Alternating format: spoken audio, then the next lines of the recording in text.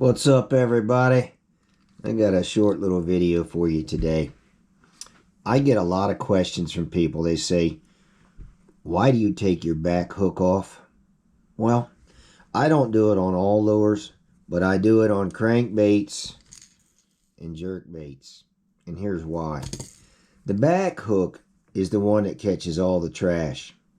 Front hook a little bit, but not near as often as the back hook. It's going to catch sticks, leaves, lily pad stalks, trash bags, whatever's in the water. That back hook is going to find a way to snag it.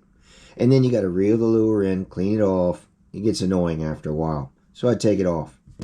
And then I look at the front hook. I want this hook to cover as much of the lure as possible. For instance, when you're retrieving it and the hook is pushed towards the back of the lure, I'm still pretty close to the back. I'm easily within an inch. So if the fish comes up from behind, he's at least going to bite that much of the lure, and then he's going to catch the money hook, as I call it. So I don't need two hooks on a lure no longer than that. Now, when I'm looking at the front hook to decide what to do with it, I want it to come up as far as possible without getting on top of that lip there. I do not want it on the lip from either side. So I'm going to change that hook to get as long as possible. And I may have to change out my snap ring. I may have to downsize or upsize to get as close to that lip as I can. So that's the crankbait. Now, let's look at the jerkbait. Now, this particular jerkbait had 3 hooks, and they were all this size. So I took the back one off. I looked to see where the middle one landed. I'm within my inch that I like, so I left that as is. The front hook I upsized, and I did this for 2 reasons.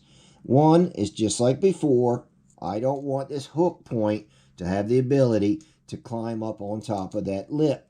This happens a lot in the wind or on a cast where the lure's kind of flying crazy through the air. It'll flip up on there. You got to reel it back in, straighten it out, blah, blah, blah.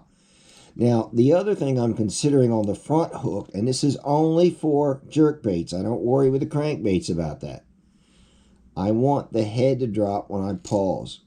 So when I'm reeling this thing through the water and I pause, I want that head to drop just a little bit. And that's because that's what a dying bait fish does. In real life, a dying bait fish is swimming kind of slow because it's dying. When it pauses, that head will drop.